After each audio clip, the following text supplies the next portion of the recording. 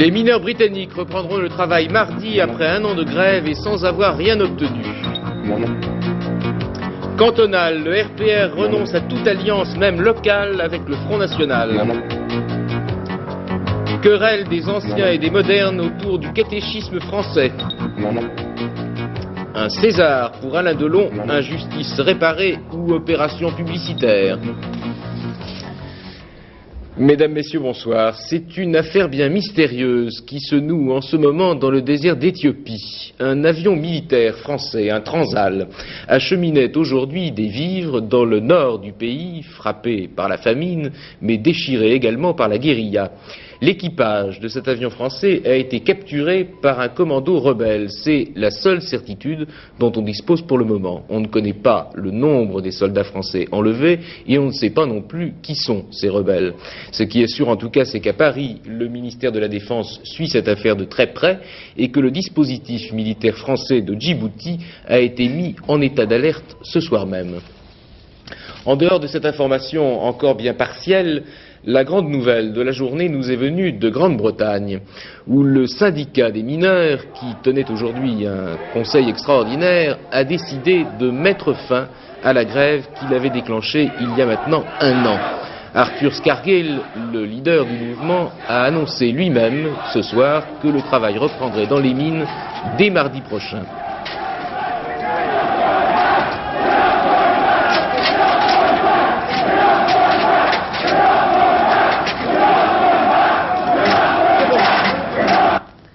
Conference has decided that the National Union of Mine Workers shall organize a return to work on Tuesday, and that the dispute in this industry will continue until the aims are completely fulfilled, and in particular that there is an amnesty for those who've been dismissed in the dispute.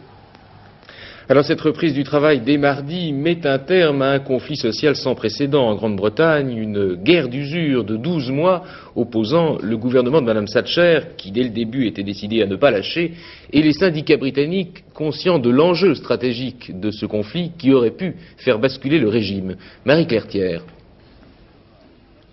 Le 6 mars 1984, l'administration des charbonnages britanniques confirme son plan. Fermer en 12 mois une vingtaine de puits non rentables et supprimer 20 000 emplois. Arthur Scargill, le bouillant président du syndicat des mineurs, entend bien réagir. Il rappelle à Ian McGregor, le patron des charbonnages, que son syndicat a toujours eu son mot à dire dans les décisions concernant les transformations de l'industrie. C'est une question de principe pour les syndicats dont Margaret Thatcher ne cesse de réduire l'influence. Les premiers débrayages apparaissent et se multiplient dans le Yorkshire, principal bassin du pays, la région la plus militante. Le 12 mars, M. Cargill exige un retrait pur et simple du plan charbon. Il envoie des piquets de grève dans les régions voisines. Le mouvement devient alors national et, si l'on peut dire, officiel. Mais, problème, la plupart des mineurs du Nottinghamshire refusent de s'y joindre. La raison, il n'y a pas eu de consultation générale. L'attitude de M. Scargill est alors jugée autoritaire et antidémocratique. C'est alors que les affrontements entre grévistes et non-grévistes deviennent violents et de plus en plus fréquents. C'est la division et la haine. À partir de novembre, le nombre de grévistes diminue. Ceux qui décident de rejoindre leur poste de travail sont hués par les durs et leurs familles qui continuent. Les tentatives de négociation s'intensifient. Elles échoueront toutes. Le nombre des grévistes qui continuent de diminuer passe le 27 février sous la barre des 50%. Ils sont devenus minoritaires et pour éviter la capitulation, les syndicats votent la reprise du travail. Avec nous ce soir un universitaire français spécialiste du mouvement ouvrier britannique, Maurice Goldring. Alors Monsieur Goldring, si on considère ce soir que Mme Thatcher a gagné sa bataille contre le syndicat des mineurs, est-ce qu'on peut dire pour autant qu'elle a gagné la guerre contre les syndicats et qu'elle a réussi à diminuer leur influence dans le pays? Elle a gagné, ça c'est certain. Le problème c'est de savoir à quel prix elle a gagné et les conséquences de cette victoire. Il est évident que pour les mineurs britanniques et pour l'ensemble des travailleurs anglais, je crois qu'il y aura énormément d'amertume, de colère sans doute, parce que ce qui est miraculeux, c'est que la grève ait duré si longtemps dans des conditions extrêmement difficiles. Et Le résultat, c'est que, me semble-t-il, la société britannique tout entière va être un peu plus dure, un peu plus inhumaine. Elle a perdu aussi, d'une certaine manière, dans cette grève. Et ce que je voudrais dire, c'est que, à la question qui perd, qui gagne dans ce genre de conflit, Madame Thatcher a gagné, certainement, mais je crois que l'Angleterre a perdu. Ça, c'est sûr qu'il y a tout un tissu de négociations, de compromis, de relations entre les groupes sociaux qui a été patiemment tissé dans l'histoire du pays et qui donnait une certaine paix sociale, qu'on pouvait apprécier diversement, mais qui était tout à fait réelle, et qui, Madame Thatcher, est en train de casser. Et il est évident que la société britannique tout entière a perdu beaucoup dans les récents conflits. Elle a perdu dans le dialogue social. Elle a perdu dans le dialogue social et elle a perdu dans cette manière... Pardon. Est-ce que c'est pas un peu le jusqu'au-boutisme de M. Scargill qui a tout remis en question? Alors, la politique de Arthur Scargill a été très discutée, y compris dans les rangs des mineurs. Il est évident que beaucoup lui ont reproché, par exemple, de ne pas avoir tout de suite consulté la base, parce que le résultat aurait peut-être, sans doute, été favorable, et ça aurait empêché les divisions ultérieures qui ont suivi, qui ont contribué à casser le mouvement à l'intérieur. Et d'autre part, la principale faiblesse de son mouvement, c'est qu'il s'est refusé, assez systématiquement, à répondre à la question principale, est-ce qu'il faut ou non fermer les puits? Ces puits, tout le monde était d'accord pour dire qu'ils n'étaient pas rentables. Or, il ne suffit pas de dire que la fermeture des puits a un coût moral, social, humain extrêmement important, mais pour des gens qui font partie d'un mouvement ouvrier qui aspire au pouvoir politique, est-ce que oui ou non, si demain le Parti travailliste arrive au pouvoir, il ne sera pas confronté à la même question? Et à cette question-là, je crois la réponse a été faible et pas argumentée du tout. Il n'a pas remis en cause le libéralisme de Mme Thatcher. C'est-à-dire qu'il ne l'a pas affronté. Je crois qu'à partir de réalités qui existent, un gouvernement travailliste devrait tout naturellement régler les choses autrement, donner la priorité à la négociation, à la dignité des mineurs, mais il aurait les mêmes problèmes à affronter. Merci Maurice Gaudry. Proche-Orient, le plan de paix de l'Égypte fait du chemin en Israël. Shimon Peres, le Premier ministre, a dit qu'il était prêt à rencontrer dès maintenant une délégation de Jordaniens et de Palestiniens, à condition qu'elle ne comprenne pas de représentants de l'OLP. Le gouvernement est unanime sur cette question, a dit Shimon Peres. En France, une semaine avant le premier tour des élections cantonales, les positions se précisent maintenant très clairement dans l'opposition. Pour le RPR, Jacques Toubon vient de rejeter catégoriquement tout accord avec le Front National de Jean-Marie Le Pen. Dans la majorité, on tire argument de la remontée de Laurent Fabius dans les sondages. Lionel Jospin, le premier secrétaire du Parti socialiste, y voit le signe que le peuple français est entré en réflexion, dit-il. Je crois que notre peuple, maintenant, réfléchit, qu'il est entré en réflexion, qu'il écoute, qu'il compare, qu'il soupèse, qu'il s'interroge, qu'il cherche où est son intérêt, où est l'intérêt de la France, s'il est avec la droite ou s'il est avec la gauche. Il y a entre l'extrême droite et le Rassemblement pour la République, puisque c'est au nom du Rassemblement que je parle, des divergences profondes, importantes, je dirais, sur l'idée que nous nous faisons de l'homme et de la France. Et parce qu'il y a ces divergences, nous ne passons pas et nous ne passerons pas d'accord avec l'extrême droite. Voilà quelle est notre position. Elle est d'une simplicité biblique. Et ça veut dire, en particulier, que dans les cas exceptionnels, nous pourrions nous trouver, exceptionnels, je dis bien, on en fait tout un plat, mais c'est quelques unités, bien, où nous pourrions nous trouver deuxième, qu'est-ce que nous ferons? Eh bien, nous ferons notre métier, on se maintiendra, et on essaiera de convaincre les électeurs de voter pour nous. Alors Michel Noguy, la question qu'on peut se poser ce soir, c'est est-ce qu'il y a un lien entre les meilleurs sondages de la majorité et les signes de division dans l'opposition? Est-ce que l'un est la conséquence de l'autre? C'est en effet assez probable, et pour bien le comprendre, je crois qu'il suffit tout simplement de se remettre en mémoire ces classiques. Il y a en effet plusieurs manières de gagner les batailles, mais quand on est affaibli, ce qui est le cas de l'actuelle majorité, il en est une qui vient vite à l'esprit, c'est de se souvenir des Horaces et des Curiaces, en un mot, de diviser l'adversaire. Et cela marche parfois ailleurs que dans la mythologie romaine. Qu'on se souvienne par exemple de 1978, où la droite n'avait dû son salut qu'à la rupture de l'union de la gauche. Cette tactique est d'autant plus efficace aujourd'hui qu'en face, comme l'avait prédit un célèbre général, c'est un peu le trop-plein. Tout l'effort porte donc sur les forces centrifuges. Monsieur Barre, d'abord, qui se soucie de l'unité des partis de droite comme d'une guigne et qui, à vrai dire, ne pense qu'à l'Élysée. Monsieur Le Pen, ensuite, qui vient de provoquer un beau désordre dans l'opposition, au point que Monsieur Toubon, ce soir, on vient de l'entendre, a été contraint de présenter une nouvelle version de ses rapports avec le Front National. Tout cela, me direz-vous, ne refait pas une majorité de gauche. C'est vrai, mais tout cela peut empêcher que se forme une majorité de droite. Et, du point de vue de l'Élysée, n'est-ce pas là l'essentiel ? Les jurés de la cour d'assises de Créteil ont sanctionné très durement l'attentat terroriste d'Orly qui avait causé la mort de 8 personnes en juillet 83. Ils n'ont pas conclu formellement que les 3 Arméniens qu'ils avaient à juger étaient réellement ceux qui avaient posé la bombe, mais ils les ont tout de même condamnés à la réclusion criminelle à perpétuité pour l'un des 3 et à 10 et 15 ans de prison pour les 2 autres. Frédéric Astou. En fait, le verdict de la cour d'assises de Créteil ne désigne ni l'organisateur de l'attentat, ni l'opposeur de la bombe, pas plus que son fabricant.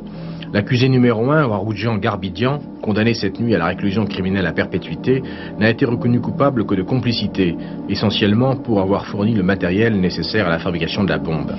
Cependant, du point de vue de la loi, cela suffit à le faire condamner aussi sévèrement que le responsable direct de l'attentat d'Orly. Les 2 autres accusés de ce procès, Soner Nahir et Oanesh Semersi, également reconnus coupables de complicité, ont bénéficié des circonstances atténuantes. Ainsi, ils n'ont été respectivement condamnés qu'à 15 et 10 ans de réclusion criminelle. Après l'énoncé du verdict, qualifié de particulièrement sévère par l'avocat des accusés, Maître Vergès, celui-ci a annoncé qu'il allait se pourvoir en cassation pour remettre en cause la décision du tribunal de Créteil. Pour le mouvement national arménien, ce verdict, comme l'attentat lui-même, constitue un véritable désastre pour la cause arménienne. Notamment, affirme un communiqué, parce que cela permet au fascisme turc de jubiler alors que la culpabilité réelle des accusés n'a pu être établie. Il faut dire qu'à Ankara, la presse turque s'est félicitée ce matin des 3 condamnations infligées cette nuit par la cour d'assises de Créteil. Le salon de l'agriculture vient de s'ouvrir à Paris. Michel Rocard l'a inauguré ce matin en soulignant que l'avenir des agriculteurs français passait par le développement de l'industrie agroalimentaire et par la recherche de nouveaux produits. En fait, une simple visite du salon suffit pour réaliser à quel point l'industrie est déjà présente dans ce domaine. Hélène Rizacher l'a constaté en parcourant les stands en compagnie d'une romancière, Irène Frein, l'auteur du dernier Nabab. 100 000 mètres carrés couverts, 4 000 exposants qui viennent même d'Afrique du Sud cette année, et aussi des chevaux, des vaches, des moutons, de la volaille, des lapins, des chiens. Ce 22e salon international de l'agriculture est le seul du genre en Europe.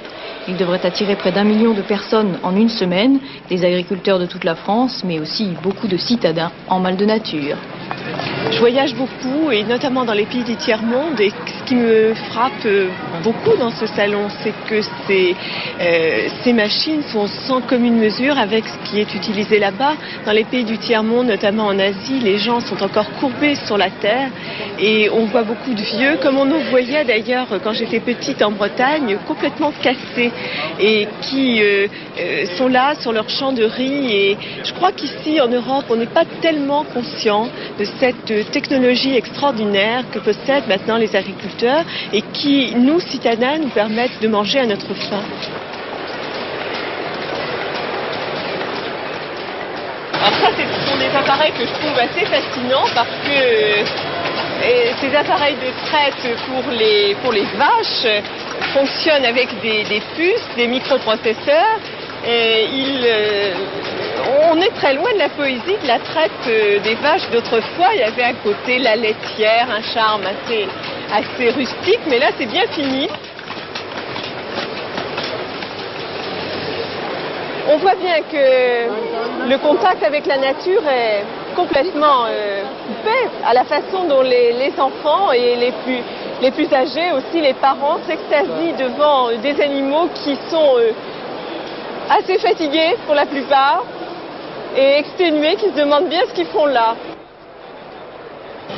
Mais le clou du salon pour Irène Frein et pour beaucoup, c'est le satellite, image de l'agriculture de demain. Le paysan qui regardait le ciel pour connaître le temps s'est mis à la météorologie. Désormais, le satellite ne lui montrera plus seulement le ciel, mais aussi sa terre qu'il pourra cultiver en fonction de ces images.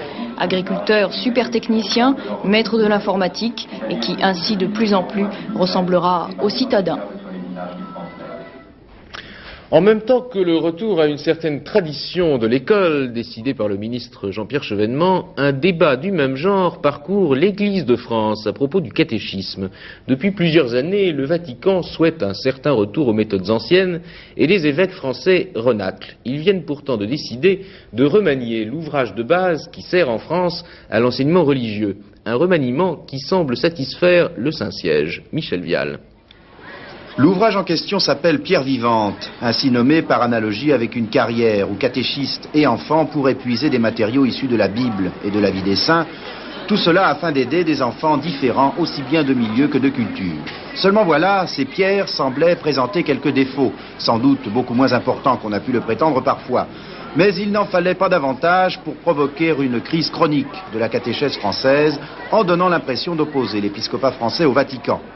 En réalité, la deuxième édition de Pierre vivante, dont le bon à tirer vient d'être donné par le Conseil permanent de l'épiscopat français, ne fait que rejoindre le souhait du pape, selon lequel la transmission du catéchisme ne doit rien sacrifier au contenu doctrinal.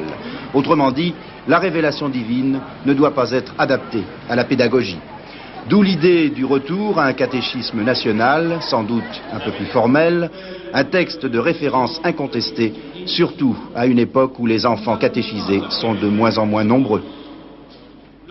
Cela dit, même si la religion catholique et romaine reste très majoritaire en France, il ne faut pas oublier qu'elle n'est pas la seule. Et sans même parler de l'islam, de la religion juive ou des protestants, il apparaît depuis quelques années une multitude d'autres églises. Henri Fabre en a découvert une qui pratique une forme d'ouverture très originale, l'église libérale.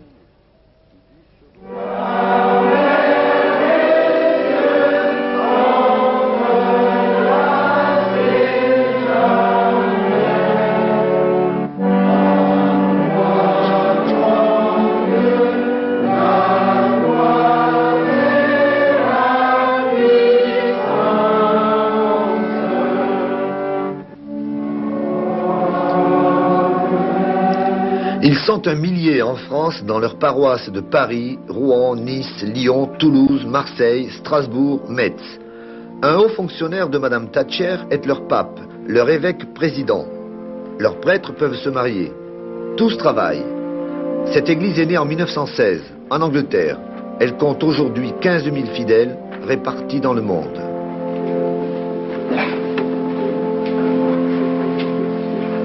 Notre église est libérale, ce qui signifie qu'elle a un grand esprit de tolérance et que nous n'imposons aucune foi. Nous partons du principe que nous n'avons pas à juger de la situation personnelle des gens qui se présentent à nos sacrements. Nous avons déjà eu un mariage entre un catholique et un bouddhiste, ou par exemple entre un israélite et un catholique.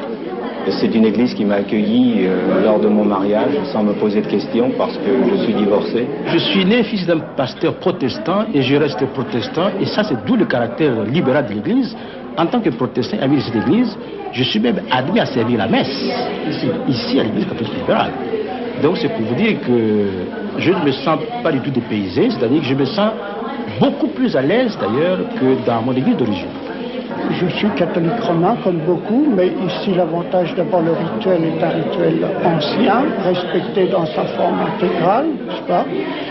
Et en plus, il n'y a pas de confession et nous sommes libres. Ici, il y a des musulmans qui sont déjà venus, n'est-ce pas? Enfin, de toutes sortes de religions. Or, c'est cet aspect qui nous plaît beaucoup pour nous exprimer les uns et les autres. Cinéma, revenons sur la soirée des Césars qui nous a réservé hier soir quelques surprises. D'abord, le prix du meilleur film français de l'année à Claude Zidi pour Les Ripoux, une comédie qui a remporté un très grand succès populaire. Et puis la deuxième surprise, c'est Alain Delon, sacré meilleur acteur de l'année pour son rôle dans Notre histoire de Bertrand Blier. Là, Delon a dû être le premier surpris puisqu'il n'était même pas présent à la soirée des Césars. Il faut dire qu'il avait déjà été échaudé avant le dernier festival de Cannes à propos de ce film, justement, qu'on avait écarté au dernier moment de la sélection de Cannes. Écoutez ce qu'il en disait à l'époque à Henri Chapier. Je ne me battrai pas, je n'ai pas à me battre pour le film. Ça veut dire quoi, se battre pour un film? Interférer, dialoguer, rencontrer des gens non, sûrement pas. Le film parlera de lui-même, il parlera seul. Ce que je fais dans le film parlera seul aussi et de lui-même. Mon interprétation est là, on aime ou on n'aime pas, ça se discute pas, c'est tout. Avec notre histoire de Bertrand Blier, vous revenez au cinéma d'auteur, Alain Delon. Un cinéma que finalement, moi j'estime que vous n'avez jamais quitté cependant. Ah ben alors je suis très heureux de vous l'entendre dire, je ne reviens pas, je n'ai jamais quitté ce cinéma d'auteur. C'est-à-dire que j'ai toujours essayé de contenter tous les publics et de faire périodiquement ce que vous appelez, vous, du cinéma d'auteur, ou ce que vous appelez un certain cinéma, ou un cinéma différent, disons, du cinéma populaire ou commercial qu'on a l'habitude de dont on a l'habitude de me mettre l'étiquette. Donc ça m'intéresse, votre question m'intéresse, parce que je voudrais préciser ce qu'on a toujours tendance à dire, ou ce que j'ai plus ou moins tendance à lire dans certains articles de presse. Delon amorce un virage, prend un virage, ou renoue. Non, il n'y a pas de virage, il n'y a rien du tout. Je continue, je veux dire, on a oublié, parce qu'effectivement, les générations nouvelles aussi ne sont pas très au fait de ma carrière passée, mais je veux dire, Klein, c'est pas tellement loin en arrière, Le Professeur, ça existe aussi, et etc., etc. Donc je ne reviens pas au cinéma d'auteur. Je fais un film avec un metteur en scène qui me plaît, qui m'attire, qui a écrit un scénario qui m'a fasciné et qui m'a donné un rôle absolument prodigieux, et je ne vois pas pourquoi je refuserais cet ensemble. Alors Henri Chapier, revenons au cas de Claude Zidi, parce que ça ne date pas d'hier que les films de Zidi aient du succès auprès du public, et pourtant ça date bien d'hier qu'on lui ait donné un César. Alors qu'est-ce qui se passe? Eh bien, je crois qu'il faut être très honnête. C'est vrai que Claude Zidi n'a pas été un réalisateur choyé par la critique. Bon, alors hier, il a déclaré, donc je répète un peu ce qu'il a dit, qu'il remerciait le public. Il a tout à fait raison. Tout à fait. Il y a d'autres réalisateurs dans son cas. Je pense qu'il méritait un prix cette année parce que Les Ripoux, c'est vraiment son meilleur film. Maintenant, un autre discours est amorcé. Peut-on imaginer quand même une Académie des Césars, c'est-à-dire 2600 membres de la profession, capables de distribuer un peu mieux leurs prix? C'est-à-dire, coup de chapeau à Zidi, oui, pourquoi pas, mais il y avait aussi peut-être un coup de chapeau à donner à Éric Rohmer et à Alain René. Et là, je ne joue pas le rabat-joie. Je dis simplement qu'il faut quand même qu'on pense à l'avenir. Et il y aura toujours des cinéastes capables de faire ce qu'on appelle un film public. Je déteste, moi, parler de cinéma commercial. Tout le monde veut le succès. Mais disons que certains chemins sont plus difficiles. Alors, les professionnels, dont on fait partie ou pas, ont un devoir, c'est un peu d'éclairer la lanterne. Voilà. Et peut-être l'Académie des Césars, elle rate quelques rames de temps en temps. Voilà. De métro, bien sûr. Merci Henri. Un bref panorama maintenant des nouvelles sportives pour conclure, en commençant par les championnats d'Europe d'athlétisme en salle à Athènes, où le Français Vigneron s'est fait battre à la perche par le Soviétique Boubka, qui a remporté aujourd'hui son premier titre en salle. Dominique Champeau. Le masque de Thierry Vigneron ou l'autopsie d'un duel raté. La barre est à 5,60 m. Thierry Vigneron va tomber de beaucoup plus haut. Boubka est toujours seul au sommet. Hold-up cet après-midi à Nanterre. Pendant que les stars faisaient leur tour de piste le long du prologue de Paris-Nice, l'Australien Alan Paper posait le nez dans son guidon Delta. 6 km 400 sans lever ni la tête ni le pied, pour 8 minutes plus tard avoir le plaisir de pouvoir lever les deux bras. Fignon est à 10 secondes, Sean Kelly à 25 secondes. La superproduction de cette fin de semaine est suédoise. On croirait à un péplum nordique signé par un adepte de Cécile B2000. C'est la Vasalopette, la grande épreuve de masse du ski de fond. Plus de 12 000 participants dont le souci majeur est dans un premier temps d'éviter de se faire piétiner. On a peine à le croire, mais après, ça devient beaucoup plus clair. Au terme de l'épreuve, l'horizon est considérablement dégagé. Il ne reste que les Suédois. Le vainqueur s'appelle Assi et bien sûr, gagne dans un fauteuil. Il y avait un tiercé aujourd'hui, il se disputait à Auteuil, il fallait jouer le 11, le 13 et le 17, il rapporte dans l'ordre 33 137 francs et dans un ordre différent 4 045 francs pour une mise de 5 francs. Le temps que l'on vous prévoit pour demain, il y aura des éclaircies des Alpes, du sud des Alpes à la Corse le matin, mais ça ne durera pas, ensuite le ciel se couvrira. Ailleurs, un temps peu nuageux dans la première partie de la journée et ensuite beaucoup de nuages et de fortes averses. Ces averses pourront même être accompagnées localement de grêle et pourront donner de la neige à partir de 500 à 1000 mètres. Demain soir, vous avez rendez-vous à 22h10 avec Geneviève Guichenet. Pour le moment, la soirée se poursuit avec un film français au cinéma de minuit, La vie de Bohème de Marcel L'Herbier. Excellente fin de soirée donc sur la 3. Avant de vous quitter, je vous rappelle les principales nouvelles de la journée. Bonsoir.